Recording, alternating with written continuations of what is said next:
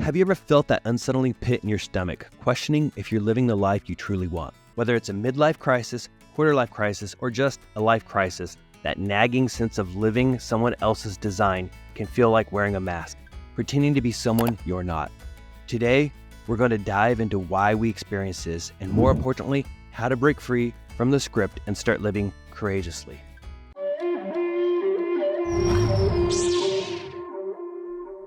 Today's guest is a leadership transformation expert, transforming leaders at companies like Nike, ESPN, and even the Navy SEALs. With 30 years of experience under his belt as an entrepreneur, author, executive coach, and co-founder of Take New Ground, Dan Tocchini is about to dive into the most important components of leadership and why so many people feel like they are wearing a mask. Welcome, Dan. Thanks, Mike, and thanks, Arden, for having me. I appreciate this. It's such a privilege having you on the show. Thank you. And Dan, with your background and expertise, I'm going to dive straight in with a question that is honing right in on the word leadership. Most people define leadership as leading a group of people or an organization. Is that how you would define it? Well, it's funny you ask this question because I resist defining it. Certainly, those are the things that occur, right? That's the result of leadership. But I would suggest that leadership is the ability to stand with people in a way that they actually accomplish what they didn't think was possible for them. And the key word there is stand. Like a leader is a stand. That's the only thing in my book that makes a difference. And we can talk about that for sure. Love it. You know, I started thinking a little bit about it too, because I had never questioned it at face value for what it is. And I like how you just defined it. And I started thinking too that, you know, while we say leadership is about leading a group of people or organization, it doesn't say anything about the fact that you need to be able to lead yourself in order to lead that group or organization. So there's a lot that goes into before, people will follow people for sure. But as they get to know a leader, if they're not connected to them, if they don't get that the leader has their best in mind, then it's not going to happen. There's an interesting paradox that occurs. And there's a great book out called Paradoxical Leadership, and Harvard's been doing a bunch of research over the last 15 or so years around paradoxes. But there are paradoxes are tensions that we have to navigate in order to have something happen with people, right? That we like this one in the particular I'm talking about is there was a long time ago in corporate America, it was believed that people wanted to be led. But, if you look into history, people don't want to be led. Historical accounts show that people resist being led because it's dangerous, right? It could be dangerous if who you're following is taking you over the edge of a cliff. And but the paradox is people need to be led. But they don't want to be led. And we all need to be led at some time and in multiple ways, right? A good team isn't just led by one person. People take leadership at different times depending on what's wanted and needed and what they're up for, And so a leader, if you will, their job is to have others see how following the vision is going to serve them individually. And when somebody makes that connection, there's an excitement, a synergy that occurs when people get together. We obviously, there's all kinds of neuroscience on this, but we're a lot smarter together than we are apart. I think our IQ goes up like 10 points in a group of people that's working together. So, and there are a number of these paradoxes I can talk about later as they come up. But one of them is, as a leader, if I realize that people don't want to be led, but they are willing to be led, and they probably need to be led, do they need to be led by me or what we're about, right? And that goes deeper into what am I really leading people to, right? Now, if I'm not clear about who I am, if I haven't handled what's going on for me, leadership can be problematic, because if leadership is a badge and I need it for my identity, then I'm going to use other people for my identity, and they're going to pick that up.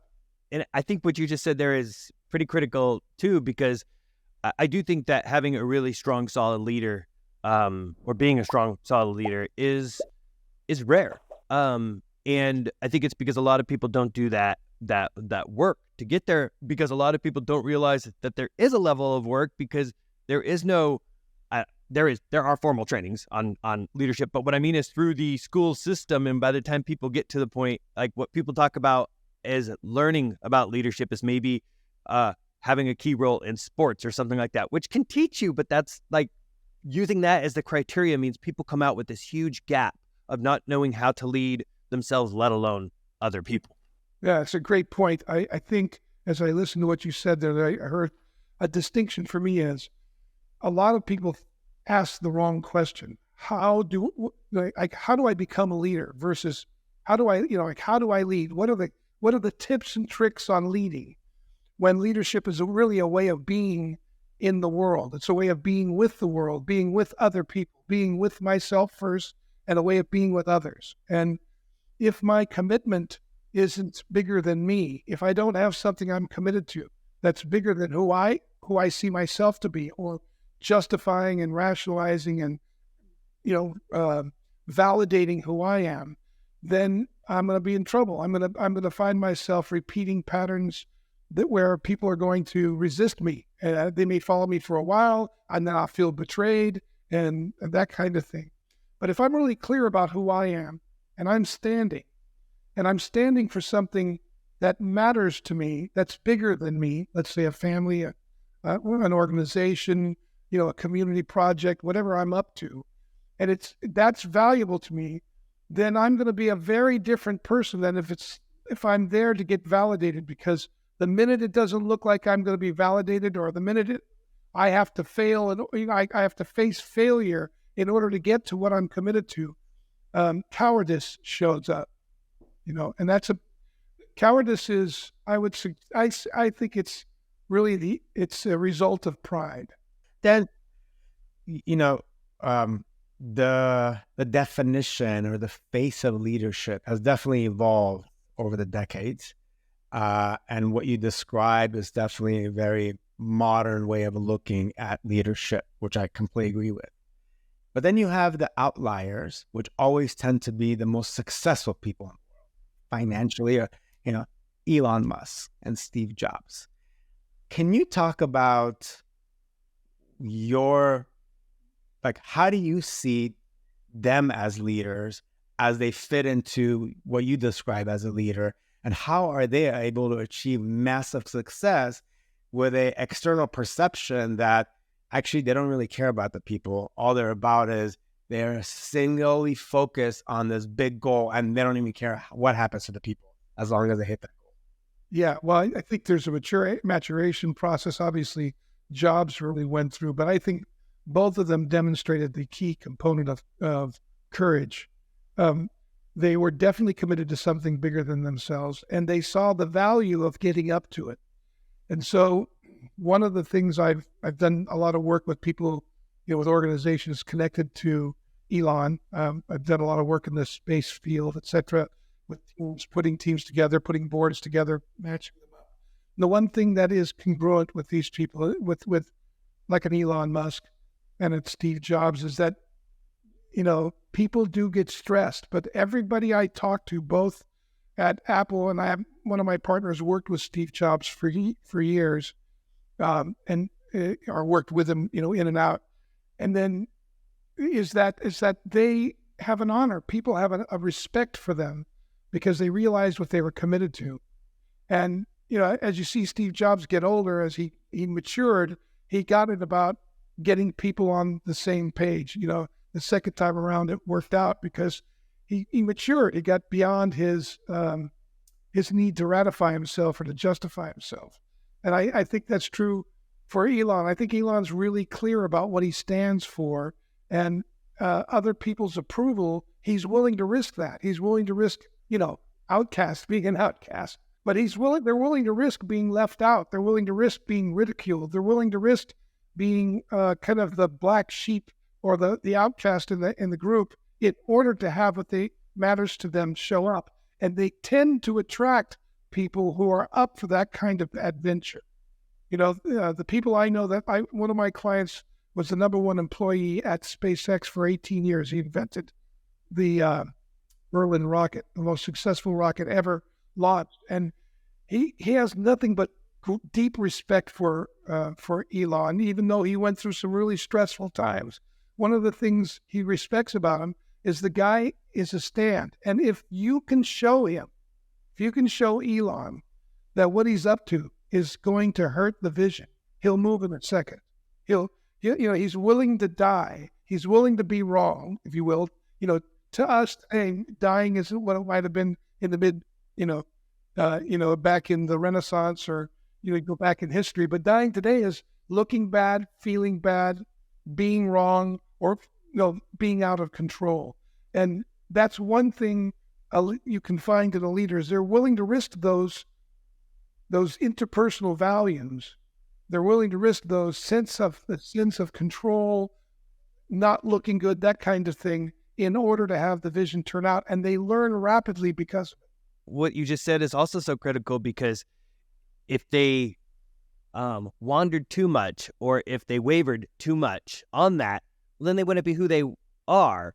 They wouldn't be taking that stand around it, and then you wouldn't know these names for what you know. It's because of how they feel around it. But at the same time, I think what makes them have that longevity that they did is that flexibility, whether you call it maturity later, of being willing to hear from somebody else who says, yes, but there's this XYZ, takes it back to the vision. That's what they stand for, and therefore that's how they end up shaping, because then there's a consistency that, again, probably a lot of leaders lack. And especially when you're in a large company, Art and I've seen this plenty of times, you might talk to somebody, this is how they feel, because that's how their boss feels, because that's how their boss feels. And the minute their boss's boss changes their mind, all of a sudden they come back and they're like, well, yeah, we'll just do it like this. And it's so hard because you're not standing for what you believe, you're standing for everything or everyone else's.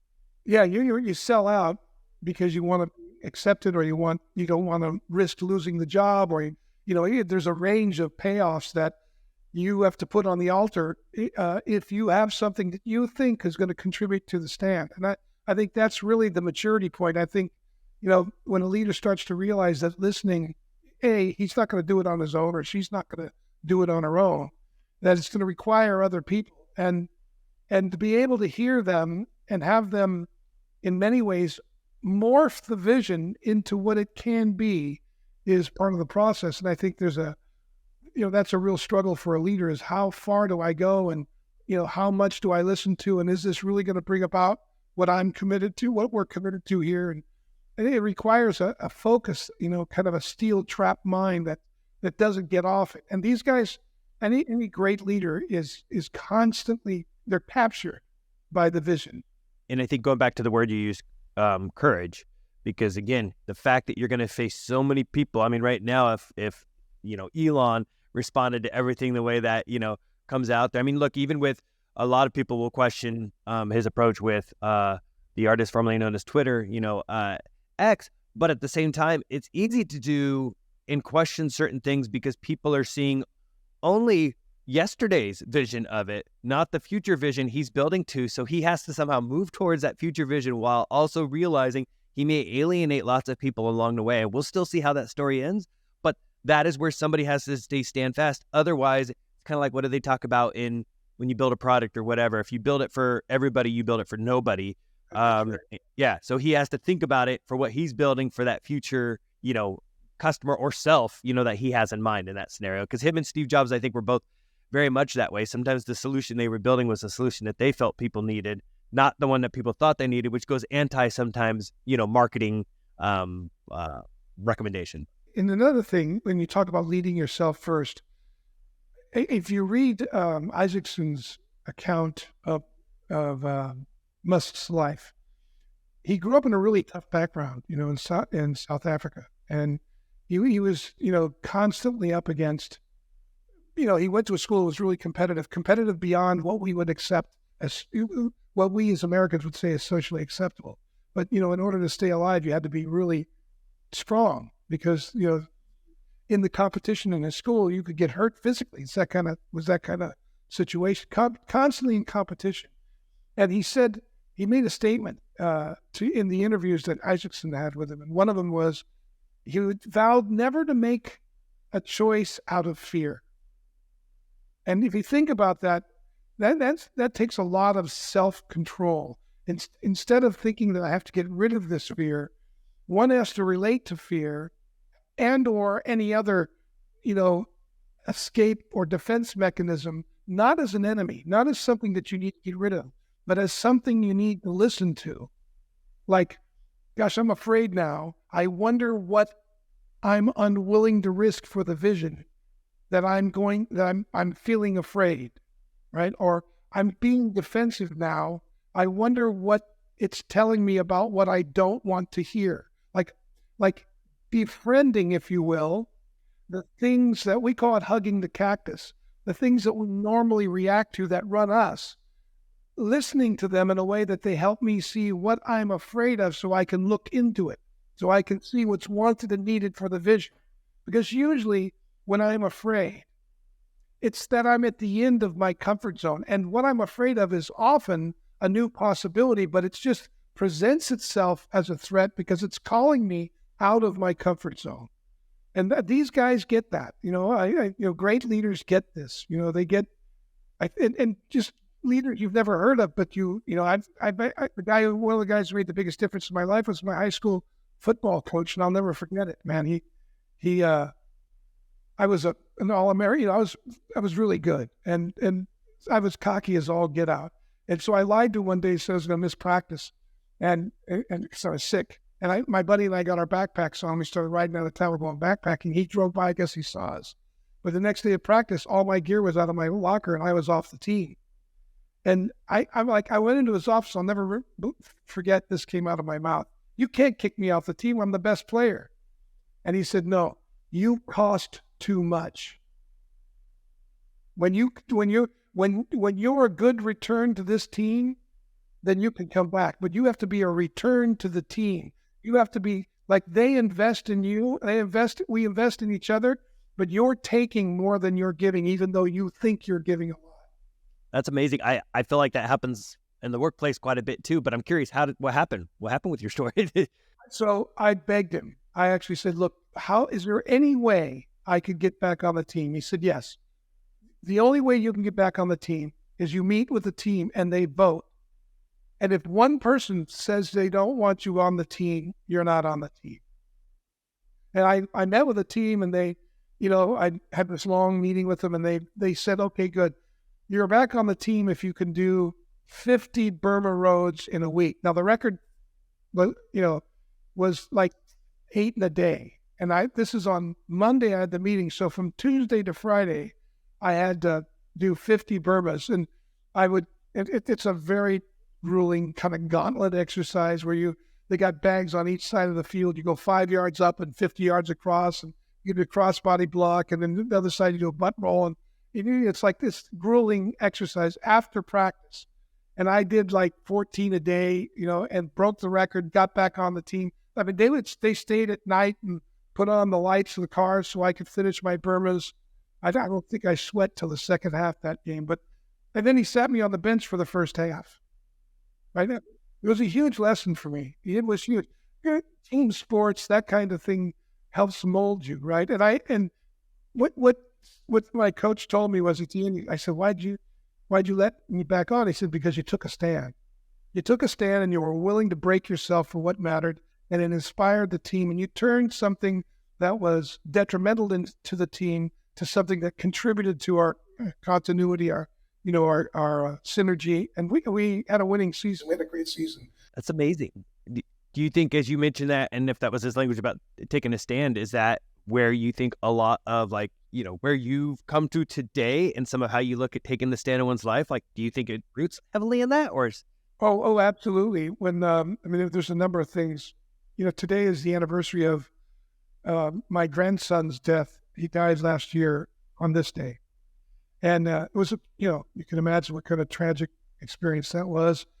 But one of the things I immediately, when it occurred, I talked to my wife and I said to her, honey, we just got to do what it takes. That's when we say take a stand, that's what we mean. And in this case, what it takes means let's get together with my son, his wife, my daughter, her kids, her husband.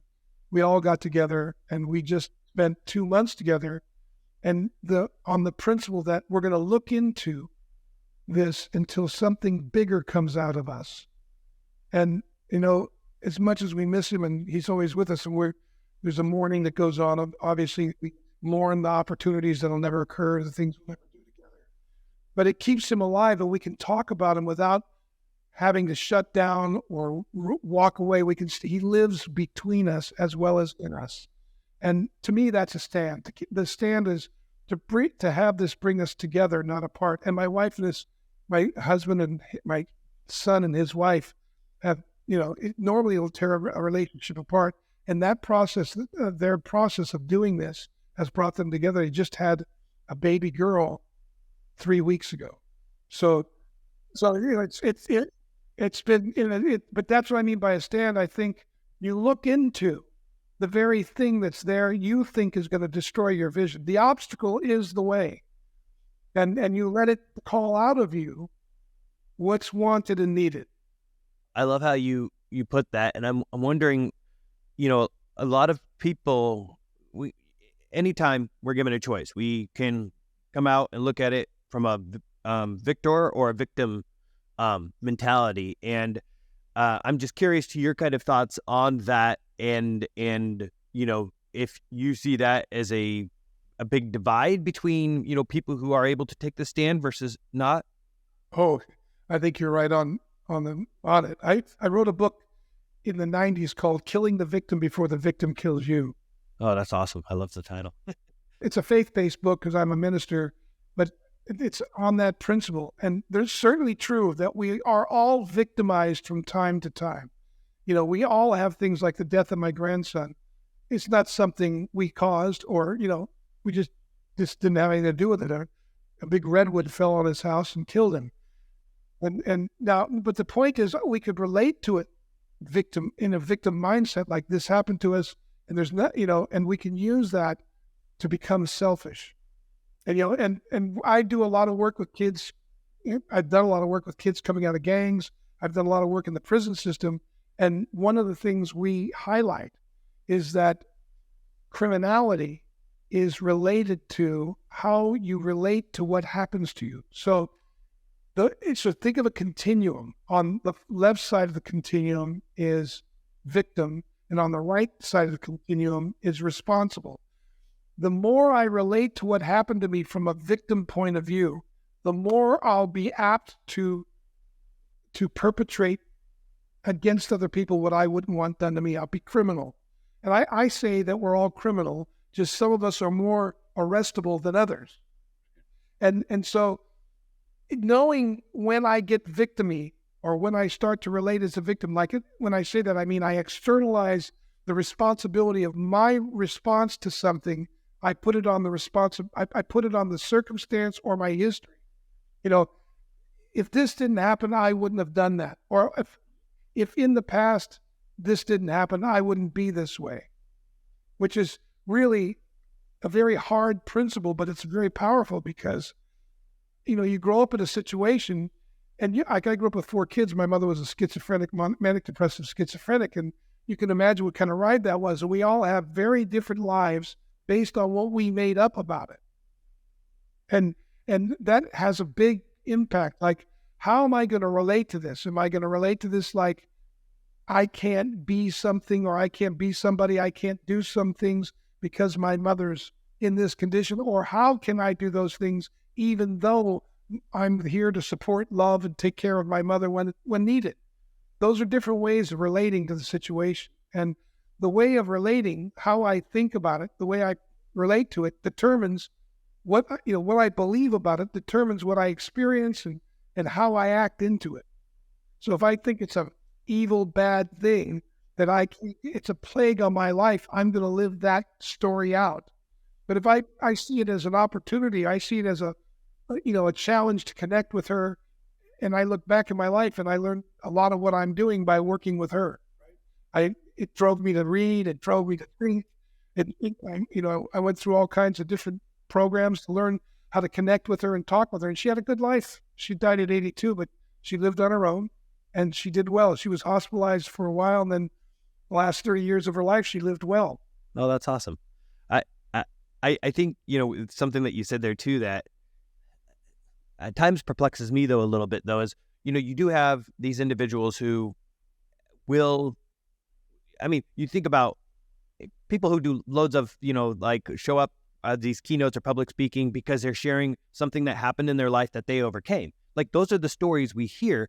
Those are the people who stand out. And again, there's the word stand, leaders, because they're these individuals who are now taking what happened to them, but they're turning it to good, for lack of a better way to put it, or to a story that they are not letting control them. They're kind of taking it where they want to go into the future, attaching a meaning that is, I guess that's a better way to put it, attaching a better meaning to that story than somebody who might otherwise attach a negative meaning to it and go down a dark path. But I'm curious why or how. I mean, as a parent now, 3 boys, I think about this a lot. Every time I try to be that leader by example for them, even though I'm still their dad, and at times they're just like, oh, whatever I have to say, it doesn't matter. They'll sometimes still turn to that, I'll call it, a dark side, but that point of, I can't wait till I could just be on my own and decide what I want to do. I'm like, I know one day you'll be there. But I'm curious, what advice would you have? Like you mentioned questions earlier that people should, asking the right questions, and others, like, how do you help? If you think about these individuals that you said that have come out of gangs, like, how do you get somebody who's coming heavily with the victim mentality and start getting to think about it more from being that victor and telling themselves a different story? That's a great question, and there's a lot in that. I know. Sorry, yeah. I'm doing the math in my head, but maybe if I told a story, it would help. My daughter's now 37, and she's got 2 kids, and she lives next door to me in Idaho, and I see my granddaughters all the time. But when she was 13, we lived in Michigan, and she was experimenting. I was gone a lot on the road because I was training and speaking and doing the things that I do. And I had an agreement with my wife that if anything at home if she needed me to stay home, I would stay home. I would stop doing this. I'd take up another work, whatever it took to help her if things got, out of hand. And she was 13, my son was 16, just turning 16. And we were having both issues. There was issues at home, and my wife said, come home. So, I came home, and my son and my daughter are good friends, and their friends are, they're friends with their friends. And we did his 50th birthday for my son's best friend, his 50th best friend's father. So we have a beautiful party and nice dinner. And after dinner, my son goes off with his girlfriend to do some homework at the library. And my daughter stays home with his best friend, and they hang out, and they've been friends for a long time. Well, during, this period, during dinner time, my wife gets this premonition that this boy is coming on to my daughter. So she goes upstairs and catches the boy on top of my daughter. And he's 3 years older. She's only 13. So you can imagine, I look up and I see my wife coming down the stairs with this kid 6 foot tall. My wife is a force to be dealt with, especially when this goes on. So she's livid. She can barely talk. She's spitting. And it's about the most awkward situation I could ever think of I've been in. So we politely work our friends out of the house and thank them and tell them we're sorry and look, don't worry about this. And so they leave, and I call my wife down. I go upstairs. She goes, you talk to her. So I go talk to my daughter. I go, hey, what's going on? And she basically just flips me off and tells me, get lost. In other words, just dropped a few F-bombs. I'm astounded because I've never seen this out of her. Yeah. So I just tell her, I go, look, honey, I got to be honest with you. I can't have you being out on your own. I'm responsible for you until I can trust you, and I'm not going to bestow trust on you till we have a conversation and I understand what's going on. And she's just like shuts down. So I said, okay, but then I'll pick you up at school tomorrow, and I'm going to pick you up every day, and I'm going to bring you home, and I'll take you to dance class, but there'll be no socializing till we have a conversation. This goes on for a month. I take her to school. I bring her home. I'm working at another place. So I'm home early. I'm able to do this. And goes on for a month and a half. I finally call a friend of mine in California, which I really love the way he has 5 kids. They really, great guy, kind of a mentor. And I ask him, what would you do? And he goes, look, Dan, it's not a how question, it's a who. You just need to keep standing and declaring who she is for me and for you, and just stand for her. So I do this, and it goes on for another month, maybe a month and a half. We're talking close to 3 months. And now it's snowing out. I'm taking her to dance class, and we get halfway to dance class. It's really snowing out. I'm in this big expedition. She's like 4'8". She's this little tiny thing. Barely, she should be in a car seat. And, she's 13. She's this tiny thing. Beautiful. And she's cold, looking out the window, doesn't talk. So I'd pull the car over. And I just start to weep. I tell her, look, honey, I realize I'm not a good father. I can see it in your face. I can see that I'm driving you from me. I don't even know how. But I want to tell you something. I am never, ever leaving you. I will pursue you. I'll leave my work. I'll follow you anywhere. But one thing is for sure, I care for you. And if it means I got to mess up or fuck up, is what I told her, until I find you, then that's what I'm going to do. But I am not giving up. And she jumped out of that seat, buried her head in my chest, told me how much she loved the way I love her. Like this, I'm thinking, this is women. I'm now really confused. You love the way I love you, and yet this is what we have. She goes, yeah, I can't believe it. I love you so much. And poor Derek, he didn't know. I started it. I didn't know how to get out of it. I didn't know how to talk about it. Dad, don't be mad at him. And, he's Danny's friend. And the whole, we did this whole thing. And then we didn't go to dance class, obviously. We go back home. She gives me all her diaries. And she asks me, she says, would you read these, Dad? So you know what's going on. And I read them. You don't ever want to read your daughter's diary. But I got to know her. And from that time on, we've been best friends. And I never told her she had to bring her guys home and I had to approve of them. But she wanted me. She went out with 3 guys. She brought 3 guys home, married the third. And there's some great stories in there. But she wanted me to, and then she wanted to know what I thought. And I never, there wasn't like a standard. That's what she wanted. And that came out of the stand. It came out of the love. It came out of who I declared myself and demonstrated myself to be with her. And I realized how much a stand depends on my willingness to risk my own sense of survival, looking good, feeling good, being right, or being in control, to have it turn out. And ultimately, if you think about great leaders like Frederick Douglass, the willingness to die, the willingness to be persecuted and even die is what speaks to and moves the world. And without that, there is no leadership. I think with something that you just described there, it sounds like, a big thing with that, there's a safety that can get created, be it thinking about it in terms of our kids or even our teams or others when there is once more a stand is what it's so easy to go back to now, but when it's clear about how somebody feels about something and what they're willing to commit to that thing, because I think, again, I'm taking it back to parenting some, because it's easy to do that at times because I get to play with that every single, day as well. Every day, I know, yeah. I know. But it's like with that, one of the things they talk about is when kids are younger, the importance of routine and consistency. And I chuckle at that because I'm like, when they're younger, that's us. Even as we get older, it's one of those things that actually is still so important. We just somehow think that it's just a job when you're younger. And actually, when we get older, it's important we create these things for our own selves, but for our kids too. Like, that's one thing my wife and I have the conversations at times where I'm like, she goes, oh, they don't want to do this. I'm like, well, that's because you keep doing it for them. Like, of course they're not going to, because that's their new routine. But with what you just described, there was a safety that you had created there that came with, not wavering. But at the same time, you still were willing to be patient with it. And I think that's something that a lot of people struggle with, especially if it's a leader who's not confident, because they start to doubt. And then they're like, well, how can I just win them back over? Or what can I do? But you may win that battle, but you don't win the war, for lack of a better way to put it.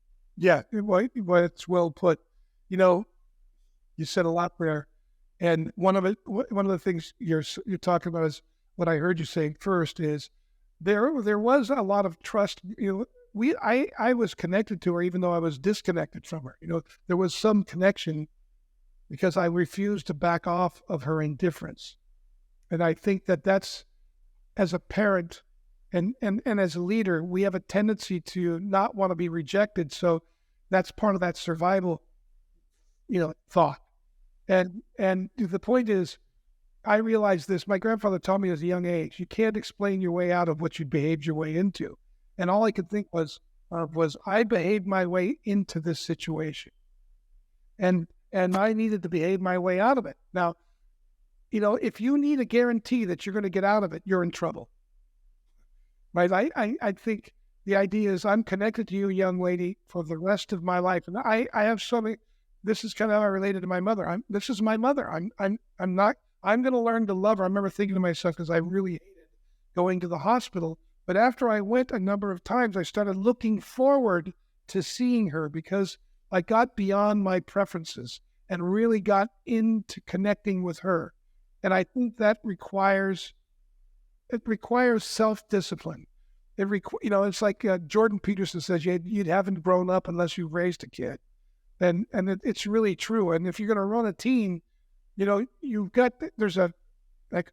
working on a team in business, there's a certain level of connection that I'm going to have if I have with the team. And if somebody's not working out and I see that they're really not going to work out, I can show them that it's better for them to move on, both for us and for them, because it's not working for them. And if they're just doing it for the money, well, they're prostituting themselves. I mean, there's so many ways to cut it but I have to sit there and I have to get familiar with what I am uncomfortable with. I have to become, if you will, that kind of cliche, comfortable in the discomfort, and that we call it hugging the cactus. Like, I got to get connected to what I judge myself for in a way that I can turn it into an ally, that it illuminates when I'm insecure. It helps me look in the direction where I'm afraid to look, so I can find what's wanted and needed to bring forth what's next. And that's, unfortunately, that's kind of a high view, but I mean, if we get into circumstances, that's why we tell the stories, I guess. No, absolutely. Well, I think something else too you said there, because trust is a much better word probably, I think, than safety, which I had said. But I think something else with your daughter is that it might not have existed, or it sounds like it didn't initially to the level that probably a parent would like to, until you I asked her, I said, what was up? And she goes, I was afraid you would send me away. I go, where'd you get that idea? She goes, well, you told Danny one day in a conversation at the dinner table, because one of the things we do is we have dinner together, right? That's what was a big practice. Everything goes off. We have an hour or two for dinner. If you're going to invite a friend, they got to sit the whole time. That's where we catch up and be together. And at dinner, I had told Danny, look, if you keep this up, man, I'll send you to school, and this is not going to work for me. And she thought, oh, he's going to send me away. I told her, I'll send him away. I'd never send you away. But isn't it's that incredible thing that these little things in our lives at different points can stick in our head, fear. And it's that thing that we hold on to, and then somebody thinks is that reality until we rewrite a new one, which takes me back to that other thing I'd like to dive down a little bit more is when you have worked with individuals who come out of gangs and stuff like that too, like, is it a matter of creating that trust or safety with these individuals, or them having somebody that they know believes in them? Because I'm just trying to think about why some people make that change to telling a better story for themselves and some struggle with it.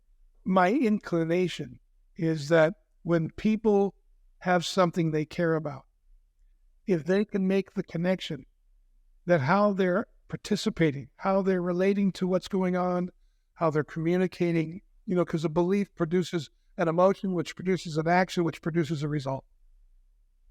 And if they can get a hold of that and they see that they can make a shift and it can open up new possibility, I think most of the time we're going to make the choice for the possibility. They're going to engage. They're going to have more courage.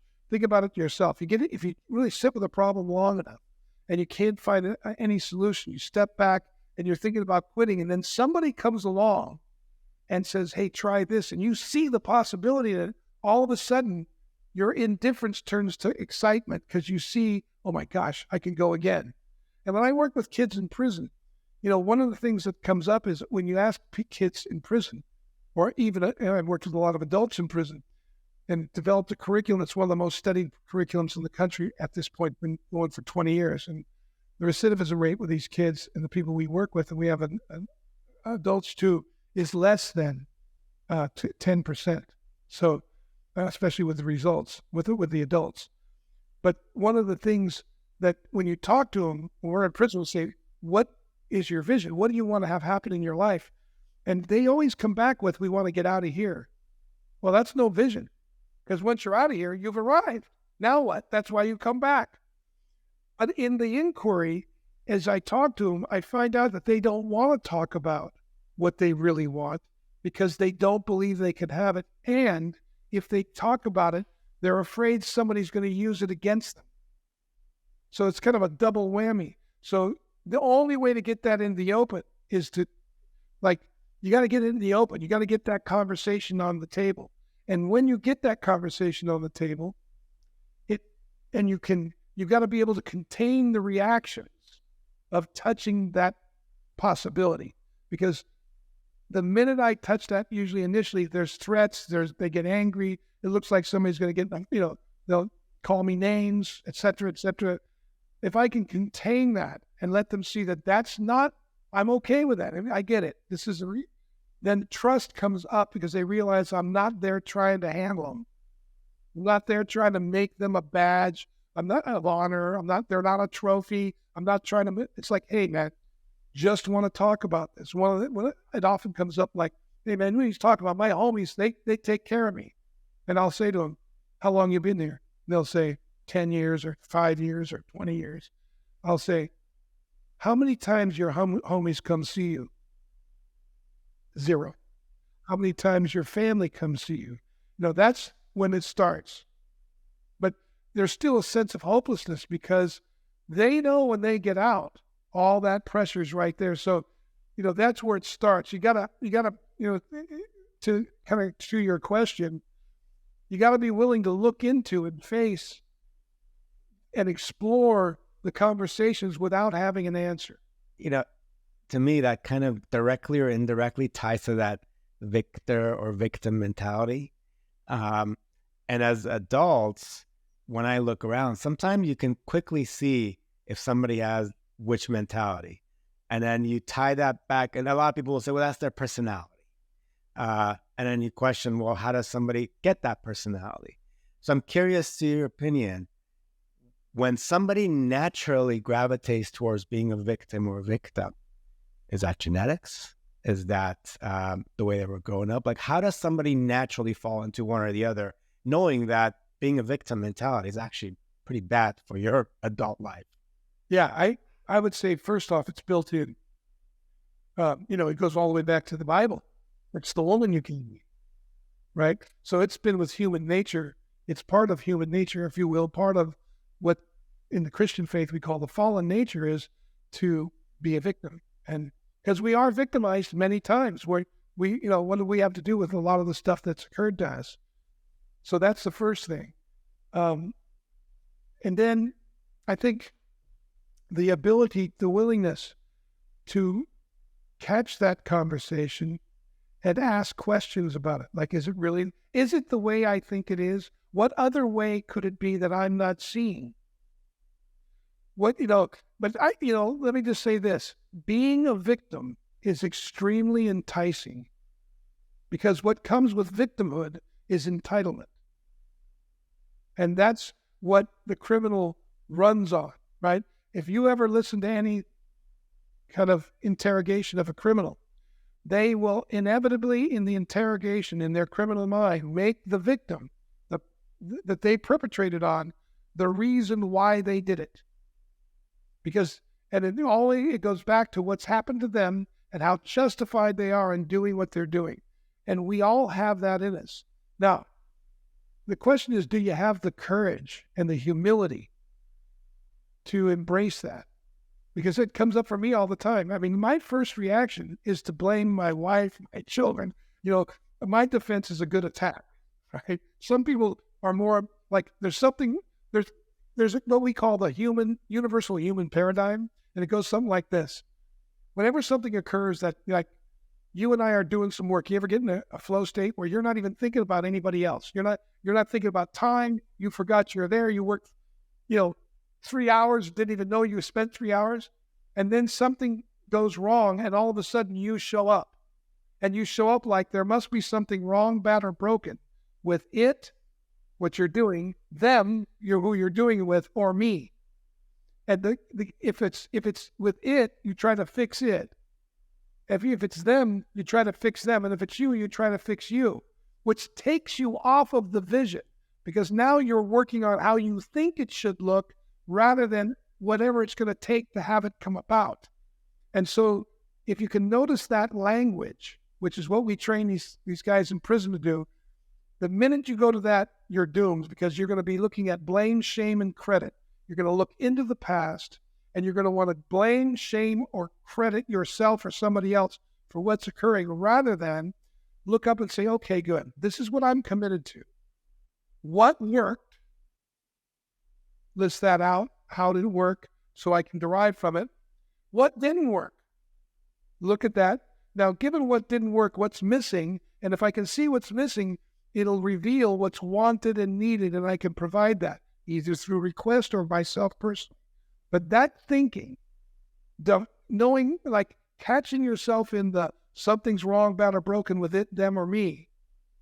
If I can catch that, I can interject an inquiry into, I wonder what worked, what didn't work, what's wanted and needed. That changes the whole relationship, because now I don't need to give anybody blame. I don't blame.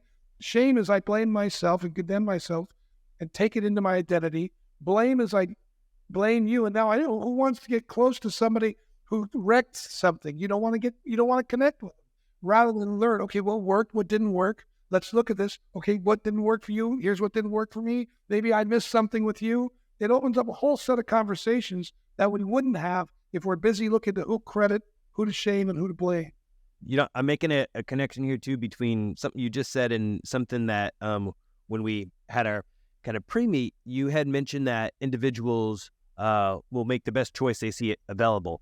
And, nobody chooses a second or third. Our brain being a survival machine, and we make choices we are familiar with, and new possibilities look like threats. And I think this also ties heavily back probably to why people make some of these decisions that get them where they are, because at the time, whatever it might be, like maybe that, not to take it back to your family and daughter again, but had you not returned and had you not actually took your own stand at that moment, who's to say the pathway, daughter would have gone down? And that's not to say parents are horrible parents for not always being there in the time that they need to. Life sometimes manages to, well, actually, I shouldn't say life, because it really depends on what you decide where you're going to take your stand.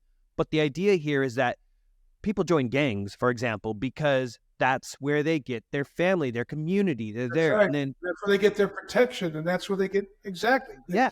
They have a reason for that. And then it's not about judging that reason right or wrong, but it's worked for them at a certain level. Yes. And they create these beliefs even when they're still in prison and nobody has come to visit them, that's still their community, because that's what they've told themselves. And it reminds me of those scenarios too, back to the victim thing of, you hear about the parents who, there was one recently in the story, I think, because the girl got out of prison. She had killed her mom because her mom, her whole life, had poisoned her and done all these things, because I forget what that syndrome's called, but where the parent purposely makes their child ill, because then they get significance and importance because people are giving them attention, because I'm so sorry your child is sick and this, and yes, thank you so much. And that's their identity. And unfortunately, it's the wrong stand. They're a sick child, they're right on. Yeah. Is it Munchausen syndrome? Or is it, maybe I'm mixing up? It's Okay. Munchausen. It's another one of those, hard words. But that's an incredible thing. And I think it does show that ultimately, I'm a big believer that everybody does everything in their life for significance, because we each want to fill that. But I do think that it's the question of the people who get the significance on the long-term version versus the people who get significance on, those that attention because of the, I don't know, I say, woe me, but scenarios. Well, it's interesting because there have been a number of studies at what is the highest human experience, and it really flow state is what people really biologically, that's when we're in our best, because we don't have we're so engaged in what we're doing. We the part of the brain that identifies us as individuals disappears. It shuts down, and the energy goes towards what you're doing, and their sense of time shuts down, and it's the most pleasurable. That's why surfers and guys who do the flying in those suits and stuff, they have to be in a state. They can't get self-reflective or they're going upside down. Athlete being in the zone. That's right. You got to be in the zone. Yeah. And then I experience that when I work with a group of people, is that, they're not thinking about preserving themselves when they're surfing. They're thinking about surfing, they're having a blast. They're completely there. And that is a skill. That's a practice. And the more you put yourself into a flow state, which I say takes courage. It takes courage, because if you're worried about yourself, then you're going to reflect on yourself and the energy that you could use. You could use that energy to do what you're there for. And that happens with teams all the time. People want to argue about their agenda. I'm not going to get what I want, etc. And that, a lot of people they don't want to deal with that. They don't know how to deal with that. They don't have a way to break that up. They don't see possibility in it. So they react to it, which it actually, when I react to it and I don't engage it, I don't open up possibility or know how to diffuse it, it gets bigger and bigger because people see they can control the situation by complaining.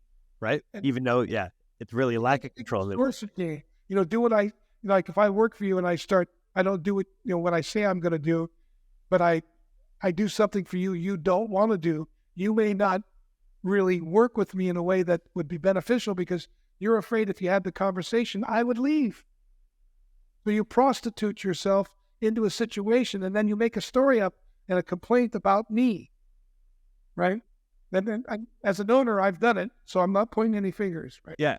Oh, no. I think we've all done it, but I think in those situations, that's that challenge, is that once people do that, though, they're actually often given away the ability to solve it because, there's only so many things in our control, and we can either decide what we are going to control, which we can't control others, generally speaking. We control ourselves and how we move forward. Yeah, I can't control it, but I can influence. That's exactly it. Yeah. Taking it back here, and maybe you'll think I'm crazy with this, connection, but we'll still try it. But obviously with this idea of the stand, people's visions, and ultimately I do think about this heavily to their own satisfaction, whether you want to call it progress in life or not, but at least this sense of courage and confidence that could come with that do you think when we talk about midlife crisis, quarter life crisis, life crisis, they could happen at any age now, college crisis, whatever, how much of that do you think ties back to either people having a vision for themselves or realizing they were living somebody else's vision instead of their own? Is there, maybe I'm going deep here, maybe I should talk to, therapists as well, but it's what do you think is the root of a lot of that? Because I can't help but think some of it relates back to this. The imposter syndrome is the enemy of inspiration and creativity. And it's easy to sell out to an idea of who I should be because it'll get your approval. I've done it. I know people have done it. And I think midlife crisis is when if somebody has a midlife crisis, because I don't believe everybody does, but when it occurs is I'm really seeing the difference between who I'm really committed to being and what the imposter I've perpetrated into the world. And I realize, I'm only, to me, death reminds us that we only get one go around and none of us is getting out of this alive. And that's a big deal, I think that triggers that whole midlife crisis thing in my experience. And I think it triggers a lot of, when people when you get up against something and you really have to fight for it, you inevitably ask yourself, is this worth the sweat, blood, and tears? Is this something that's going to be lasting? Or is this just me trying to look good? And I think, that's kind of an oversimplification, obviously, but I think that's the dynamic that occurs in that situation. And, there's another, if you step back, there's another dilemma. If I invest, I could lose. And I say, no, when you invest, you are going to lose at some point. You're going to die. Everything you value is probably going to unravel either in front of you or, after you leave, etc. You're going to die. Other people are going to run what you have, etc. So what's left? Well, what's left is the meaning that I bring to it, the value that I see it creates both in my life and the life of those I've touched. And that it can die, that's okay, but the value doesn't. I know I'm going to die and my daughter's going to get old, but I can see the impact of what we're doing on my grandchildren, particularly up against this culture. and I see the joy and the benefit that it's generating in them, and that's meaningful for me. So when I die, and as I fall apart and die slowly in my life, I can see the investments going on, and it's created something for them, and that I've chosen that to mean something valuable to me. Like I live as if there is a God. I believe there is a God, and I live that way, and I believe I'm going to be accounting for how I lived. And it's not like I shouldn't make mistakes. It's how I lived through those mistakes. How did I stand through them? And I've found that that's what's brought value to my marriage, that making a mistake doesn't destroy it. If she does or I do, and we can recover it if we see the value in doing so. And so we're constantly re-articulating that. And I think with that, it sounds like what that means though too is, in case anybody's like, oh, I gotta just have a vision and stand for that my whole life. But it's like those through your life, those can, shift. Yeah. Well, they'll open up. It'll morph, right? That's its job, right? I had no idea. I wanted a family. That's all I knew. And I wanted a loving family. And I had no idea it would take me through the passages we went through. But that doesn't mean I don't. It's like, how do I now have this turn out so it's a contribution? Like when my grandson died, that wasn't on the plan. We weren't thinking about that. And I knew, like when my mother-in-law was dying, she died of cancer and she lived in our house. And I remember thinking to myself, how I handle this is going to have everything to do with the quality of our relationship, both as a marriage and our family. And I'm going to focus on making sure that in this time, this concentrated time of suffering, that I'm there for them, even when I don't want to be.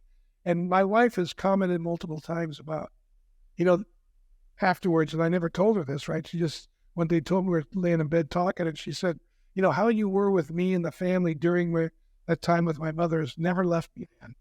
And I remember thinking that there are those moments where you could either go forward your commitment or you're going to greatly hamper your ability to gain the future, get the future that you want to have the future turn out that you want to have. Because every choice is connected to a future. I love that. That's a great way to put that. And on that note, you had this quote on your one of your sites or somewhere I saw out there from Mark Twain that I really liked, and I just want to get your perspective on it. You said that men die at 27, but we bury them at 72. What does that mean to you? It's my reminder that I don't need to die until it's my time. And usually men die at 27 because they give up on what matters most to them. And I believe that's because of their pride, men and women. I think pride breeds cowardice. And I think cowardice breeds cynicism, skepticism. And there's a healthy skepticism, don't get me wrong. But I'm talking about the toxic skepticism. And it's just a good way to cover up my unwillingness to risk what little I have for what I say matters to me.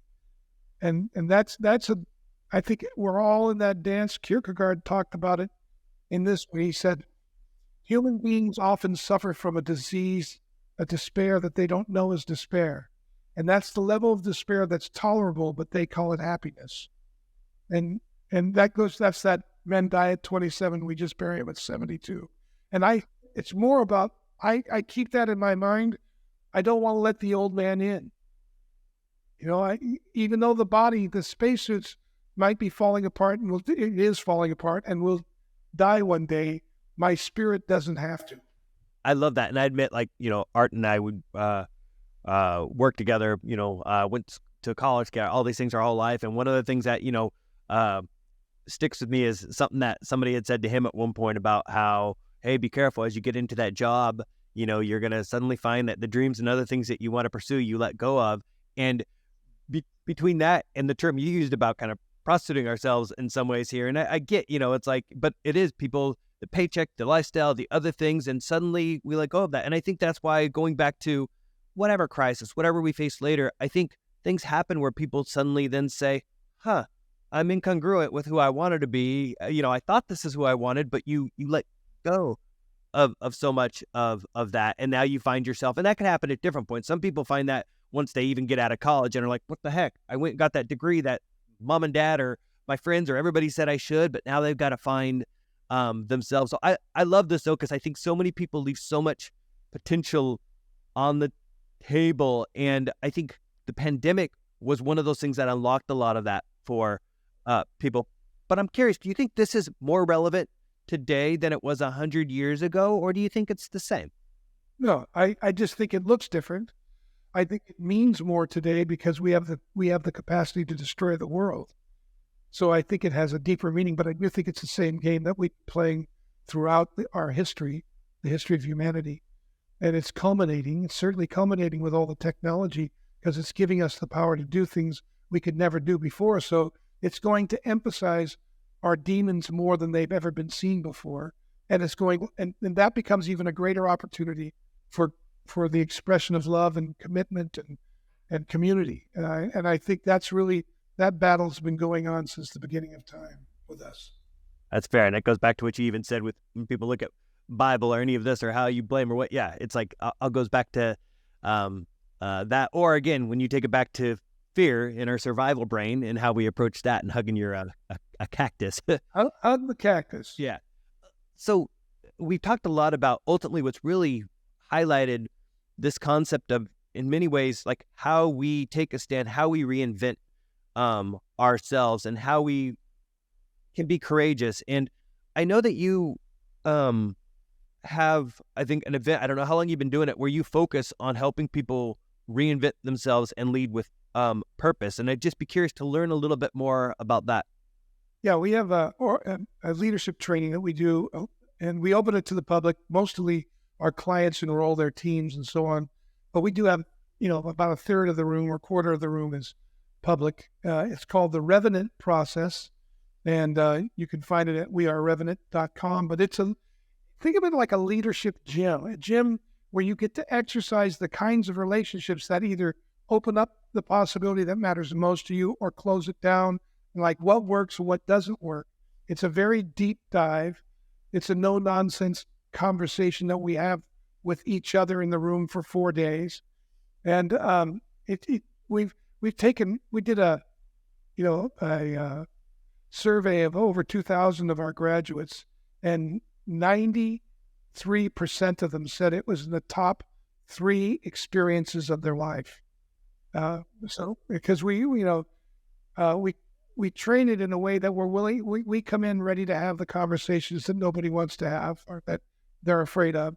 We do that. We create agreement and trust to have those conversations. So we take our time. It's all choice. And there's nobody forced to do anything. But we find that when people see the value of it and that the risking is worth it, they get a lot of momentum. It's just a phenomenal 4 days. That's great. And then how big are the events? Like how many people attend? We'll take between 35 and 40, depending. And you said a lot of companies, they'll send, like, is it 75%? Sorry, what number did you say actually coming from companies? 75% of the room are clients of ours who are sending executives or their founders who are coming through. And sometimes they come through again, like they'll do it once and then maybe a year or 2 later do it again because, you go to the gym to work out and they get insights and opportunities that they never saw before. And particularly when we get a lot of startup guys coming through because they're working through things with their teams, they'll come in and work through that. That's awesome. I mean, people sadly don't make that time often for themselves, or when they do, it's not. It can helpful to have, I don't know, the guide coach kind of helping people through those. We do a lot of inquiry, and the point is, but at first they get a little weird, like, why are we talking about this? This isn't business. Well, yeah, all business emanates from relationships, so you want to get clear about the kinds of relationships you automatically establish, and are those the ones that are going to serve what you're up to with your team the most? And you're not just doing it with your team, you're doing it at home. You are the context of your life. So it isn't like a lot of people want to think they're different at work than they are at home. And they might be until work until they're at stake at work like they are at home, then they start to look the same, right? Yeah. And I think, again, that a strong leader and somebody who usually it's based in a set of values and stuff of why they're making certain decisions of what they do. But I don't think a lot of people crystallize those things or know them enough because they haven't really gone through the time to know themselves. Because again, it's an afterthought. At Disney, I remember sometimes, they'd have these things where we might go to where it's like, and don't get me wrong, it was still better to have them, not to have them, but they might have something that was 2 days. Whereas Art and I were often the individuals who are like, pick our Tony Robbins, pick whoever it was. We're like, take us to these immersion type things where we could really understand ourselves, other people's stories. It's so valuable. Now, it's called Revenant though, right? It's called the Revenant Process. The Revenant Process, but no bear involved like Leonardo DiCaprio movie. Yeah, you're not gonna get mauled. Yeah. But by the way, the name of your event made me rethink that. I don't think I ever really understood enough about Revenant and what that meant, because it is this idea of this rebirth. Yeah, it means rebirth or comeback. And we're all coming back from something at some point in our life. Right? And so what does it take to come back? What does it take to reinvent? Yeah, I love it. And I love that, again, these companies and businesses who are acknowledging and seeing, obviously, we didn't even scratch the surface and everything that you're doing for companies when it comes to, helping them with their cultures and their leaders. But I believe that what we just talked about here, this foundation, which ties to the individual, is so key. And these companies who do look at that value and really want to help that individual to be their best, not back to, that generic definition we talked about, early on, because it's not that. It's the stand piece that you mentioned that you've opened my eyes up to that much more as well. We are about ready to launch an AI that we've been working on, and it's not a ChatGPT. It's multiple bots, including ChatGPT. It's quite complex and robust, much more robust, but it's an AI problem solver, if you will. And it's really designed to support executives, coaches, etc., because every great coach at some point or another, every great executive feels like an imposter, particularly when they think they have to have an answer, when really that's not the case. If they have the right questions, they can find the answers on their team in resourcing together. And so we're not only are we doing the Revenant, that kind of thing, but we're actually going to start providing tools to help coaches and managers and leaders lead their teams, and to be able to open up kinds of conversations that'll resource what's wanted and needed, rather than create a lot of argumentation and polarization in the culture. That sounds amazing. I love it. And I love that you guys are embracing that. And it's so exciting to see what, things are going to be out there. Eventually, with the chip embedded in our head, plus that, we're we're cool. Yeah, I know it exactly. That's why I'm like, it's always that scary kind of future. But no, I love it. And I think it's the human component still that we all have, but it's tied to, how do you do that? I sometimes joke and reference that, Art and I, that's the person, we have each other to call upon. Too many times I'd, reach out to him and be like, here's what I'm thinking, but I don't know. And it's like, he might come back and be like, no, I think that's right. Don't doubt yourself. Or why do you think that? And suddenly you're like, oh, thanks. And it's helpful to really get to that point of making a decision that you now feel like you could take a stand around a bit more. So, yeah. Iron sharpens iron. Yeah. There you go. You got to have it.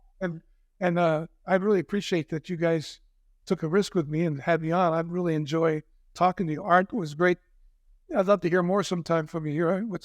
Because I'd love to hear. Is there anything you wanted to ask or talk about? No, I think this has been a fascinating conversation, kind of a little more psychological deep dive, which, I have a sports background. I love sports. So I really draw upon sports and professional coaches. So the one question I have for you is, outside of your football coach back in the day, is there a NBA, NFL, MLB coach or manager that you really look up to or draw upon for inspiration? Phil Jackson. You just got to Art's heart right there too. I think that guy, I just think the world of that guy. Right. So, right on. And it's funny, my coach in high school, he's 70-something, and they just took the state championship. And I come from a very small private school in Northern California, and they went all the way to the state champion and won. So, but yeah, Phil Jackson, man, love that man. Amazing. Yeah. Where in NorCal was that, by the way? The school's in Petaluma, California, St. Vincent's High School. Gotcha. I'm from Sacramento originally, went to school up in Placerville, all that kind of stuff. So anyway, know at least the general area. So. Oh, I love Placerville. Yeah, that's cool. Well, how can people find you? You can find me at takeyourground.com is our website. I'm Dan _Tocchini on Instagram, I believe, and on LinkedIn, Dan Tocchini. And then when we share this out to the world, we'll definitely tag you on LinkedIn. Arten's more active on Instagram. I'm sure he'll find and make sure we tag you on some of the shorts and stuff that we create there as well. But we really enjoyed this, and I think we'll there may need to be a sequel in our future, and I'm sure Arten would like to dive into more of the sports side of things, and then for us to just get more into culture and such. Love that. That would be a great episode. Sports psychology. Be a blast. Yeah. Well, thank you, Dan. This was a pleasure. And everybody watching and listening, just please share and like and comment and let us know what you think. Please. Art and Mike, thank you. It was very gracious and love talking to you. Mike, you are a great conversationalist. Thanks for stirring it up. I loved it. Too excited about it also. Yes. Thank you all.